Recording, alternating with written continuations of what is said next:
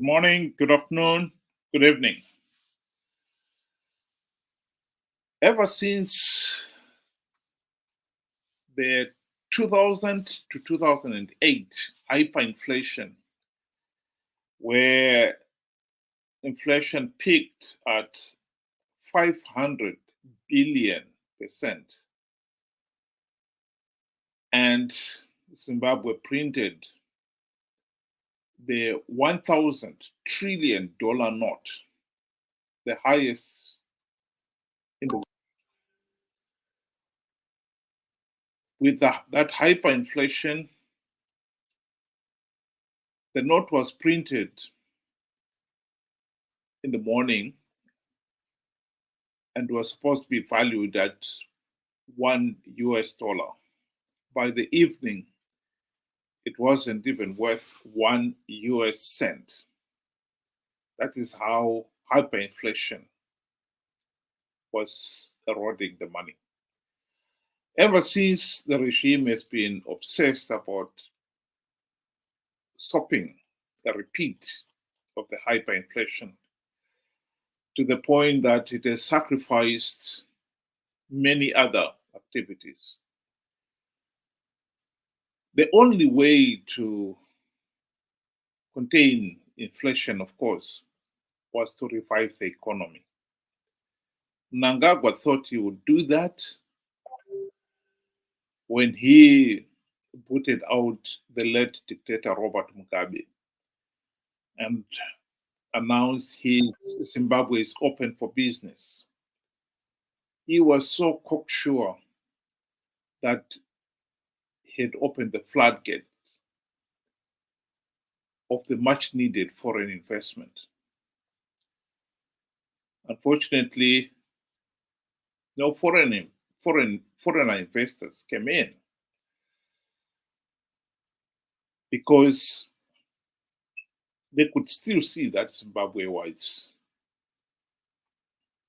a pariah state ruled by corrupt, incompetent, and tyrannical thugs who only retained their power by rigging elections. It took a year for Mnangagwa to realize that this Zimbabwe is open for business was not going to work. So he changed tune. It was Zimbabwe will be built by Zimbabweans. Zimbabwe no bakwa neve vayo. It was laughable, of course, because most Zimbabweans were broke. And those few who had the money, they had at least the good sense to know that as long as Zimbabwe remained a pariah state, that country will be economically unstable. Anyone who invests money into that regime is only courting failure. And so there hasn't been any significant economic recovery. And so the regime has been trying to contain hyperinflation by other means. It launched the ZiG with the usual fanfare, claiming that it was backed by gold. And it introduced other means to make sure that it doesn't lose its value. One of the ready means to contain inflation, pay teachers, nurses, and other civil servants slave wages, and to starve the economy of the ZiG so that there was very little ZiG circulating. This has managed to contain inflation, but because there was no economic recovery, this was just cheating ourselves. You're squeezing a balloon, squeezing it one end, it will bulge the other end. And that is exactly what has happened now.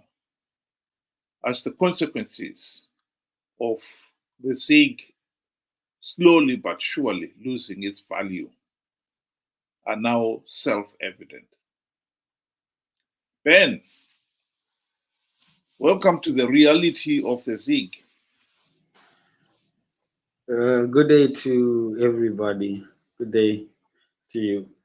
Let me start this by saying a statistical fact.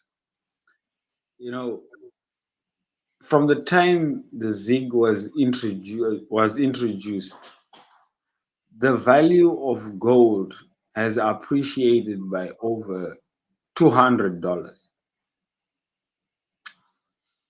And you find out that the ZiG has been losing value.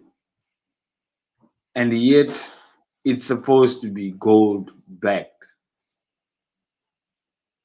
Then you look at, how our financial market is in Zimbabwe, where you find the ZiG has been pegged by government and it has stayed put regardless of the fact that gold is appreciating. If it was under normal market conditions, the ZiG should have been appreciating against the US dollar. But this has not happened. Government has ignored that.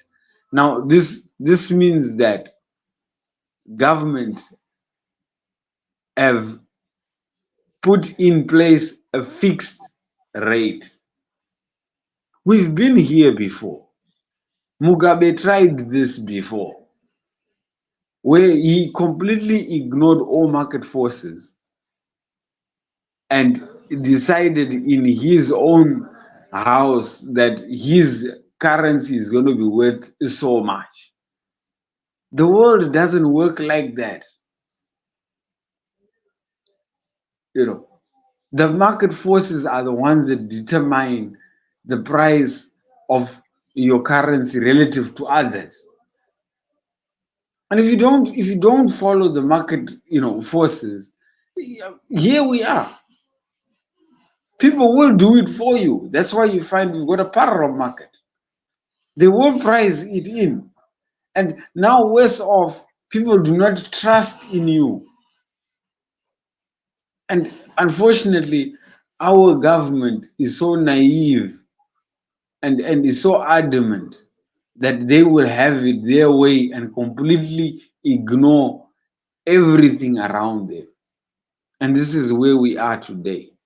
It is now threatening the livelihood of, big shops, the OKs, the big supermarkets that we have been accustomed to. They're on the verge of closure. So it's a very, very dangerous and sad, event that is about to unfold.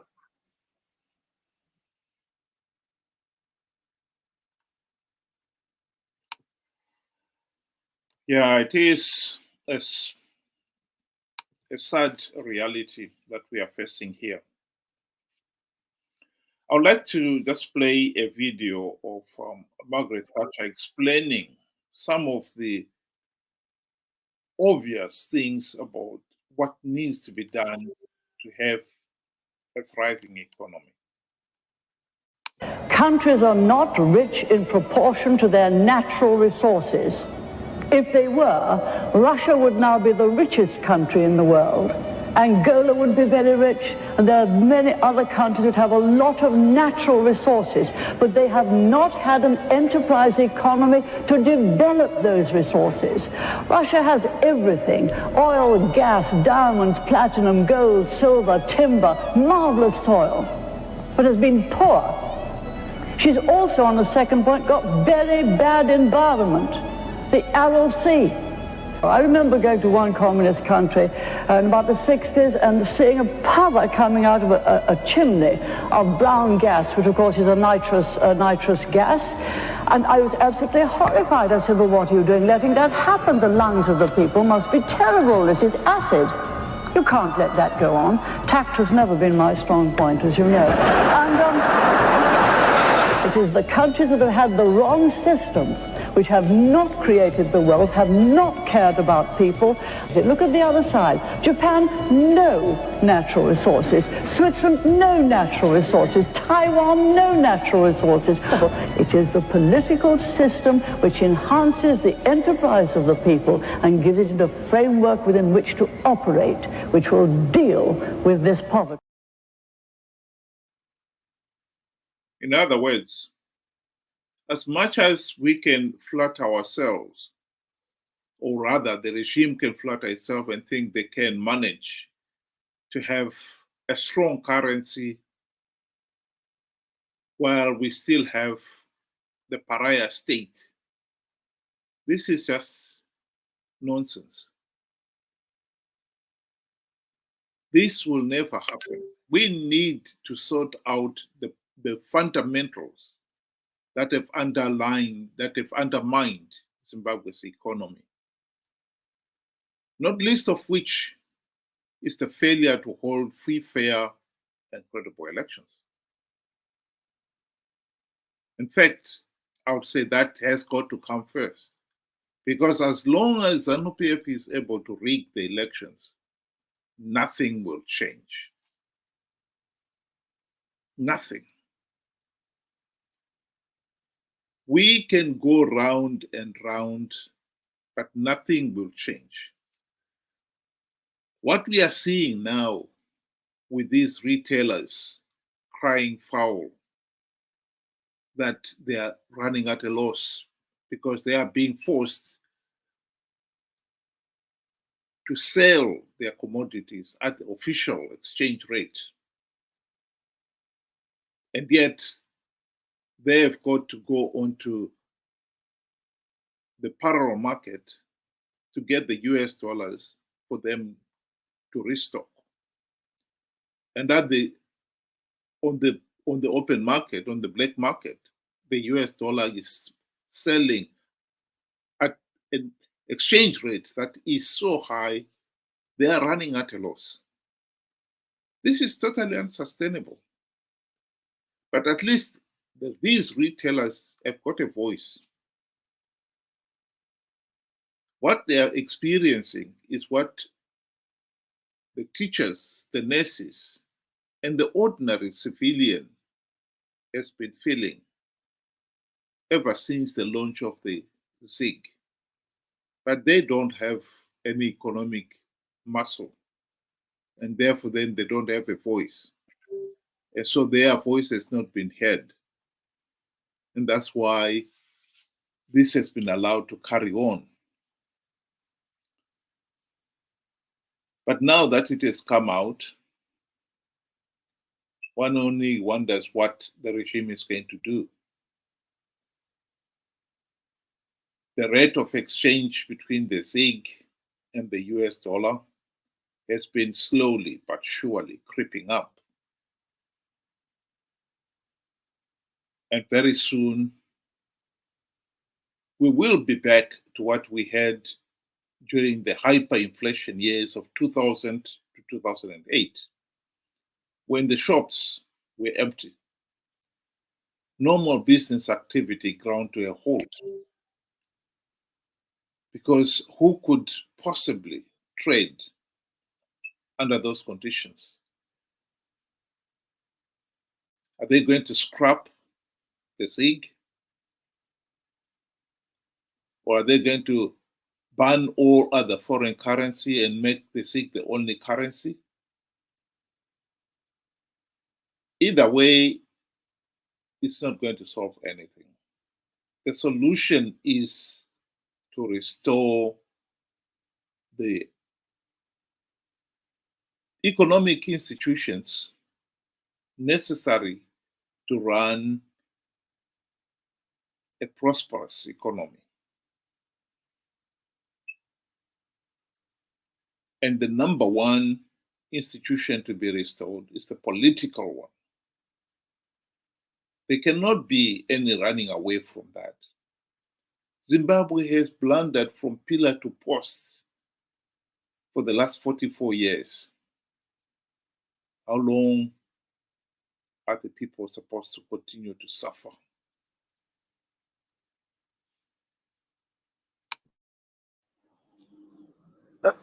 Consumer confidence is a very important, or is a key fundamental economic fundamental.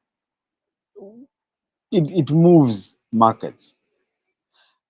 So you find out that in the issue of the ZiG, and in Zimbabwe particular, the consumers, they do not have the confidence in the currency, and above all, they don't have the confidence, and they don't back the current regime. So you have a government that is not for the people, and it's not by the people. So people will not support whatever efforts that they bring out. Hence, we find that this ZiG and its predecessors have struggled because people have not accepted it, and it's quite unfortunate that our government does not seem to acknowledge any fundamentals of economics. They just believe they can shove it down people's throats until you know they accept. I mean, we've seen a lot of arrests of people that have been changing money. There's been a lot of tightening in in the markets to try and control who has the ZiG, and at how much and how much they have. I mean, clearly it's not working.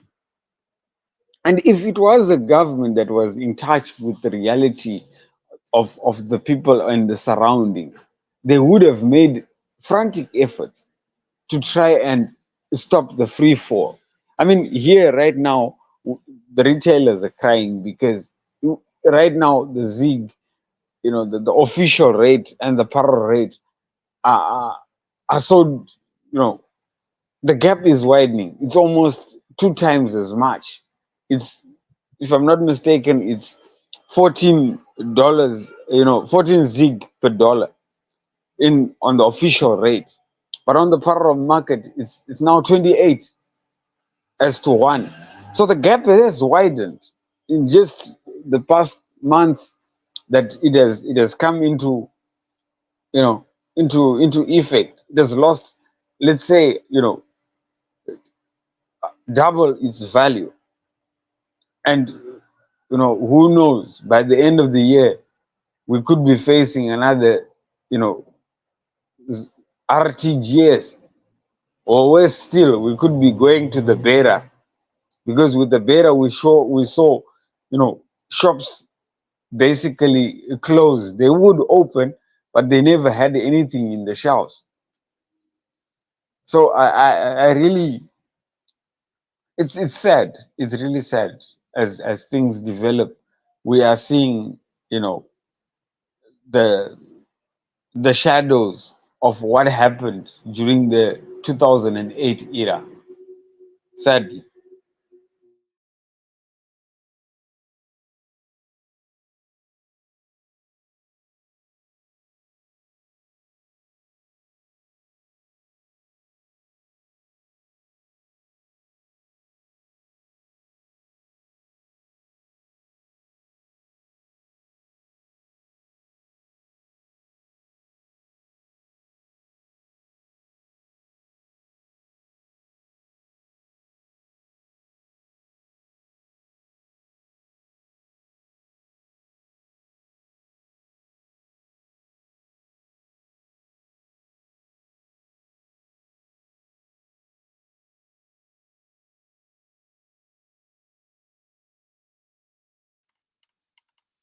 As long as Zanu PF is able to rig the elections, nothing will change.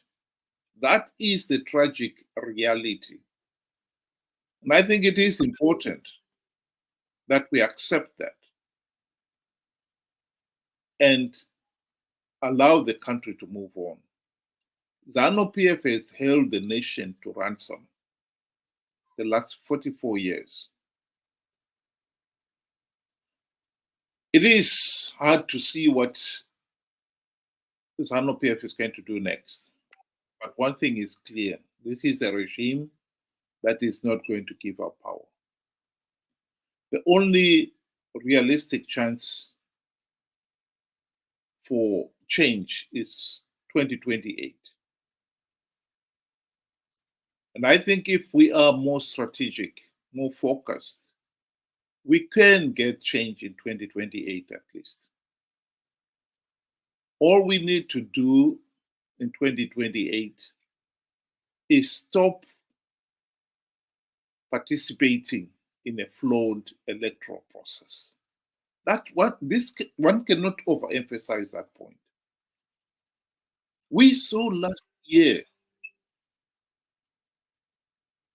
SADC and the AU election observers condemning the election process in Zimbabwe as flawed and illegal. In 2008, SADC went one step further and denied Zanu PF legitimacy, forcing the regime to go into the GNU. They did not do so this time because, one, the 2008 to 2013 GNU failed to produce any meaningful change. And as we all know, the players then were the same players last year.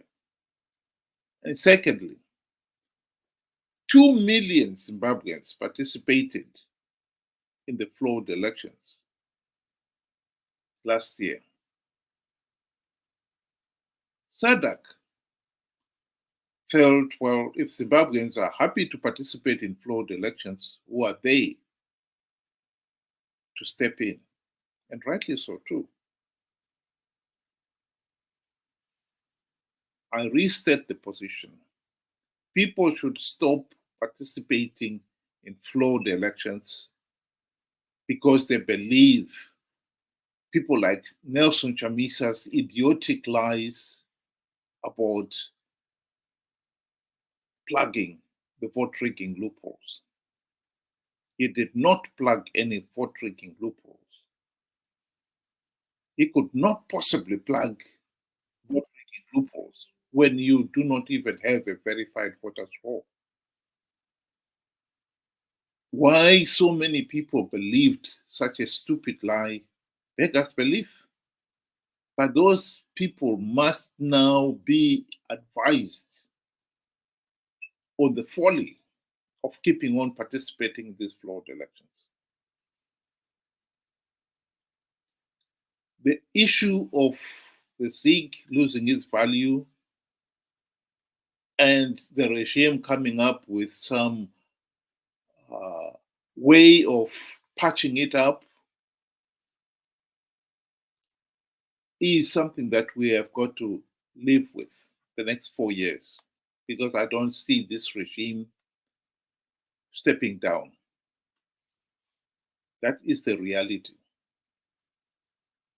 We have got to bite our tongue and bear it. We participated in last year's elections and gave the regime legitimacy. Now we are paying the price for it. As for the ZiG, I don't see what else they can do. They must realize that the ZiG is losing its value against the foreign currency, even with all those other measures, sacrifices that had been made. That has not been enough. That is the truth. Thank you very much for those of you who have been able to join us today, and I hope you'll be able to join us tomorrow. Have a good day.